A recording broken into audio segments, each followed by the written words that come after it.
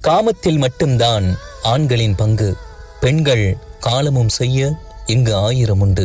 பெண்மை என்ற சொல் உடல் சார்ந்த ஒன்றுமில்லை. உள்ளன்பு, உயர் தியாகம் இவை இன்றி வேறொன்றுமில்லை. மகர் கொடுத்து பெண்ணெடுத்து மாடு போல நடத்துபவனை நெஞ்சை ஏறி மிதித்து மீண்டு வந்தால் பாவமில்லை. பெண்கள் கட்டிலினை அலங்கரிக்கும் பொருளும் இல்லை, நீங்கள் காமத்தில் விளையாடும் பொம்மையும் இல்லை. சமுதாயம் தூற்றுமென அஞ்சிக் கொண்டு சாகும் வரை உரிமை இழக்க நாங்கள் ஒன்றும் அடிமை இல்லை. உள்ளத்தின் உணர்ச்சிகளை புரியாமல் வரும் உடல் தின்னும் மிருகத்தை கட்டிக்கொண்டு பண்பாடு கலாச்சாரம் என்று சொல்லிக்கொண்டு நாங்கள் படும் பாடை சரி செய்யா சமுதாயமே, வந்துவிட்டு உண்டுவிட்டு சென்று விடுவீர்.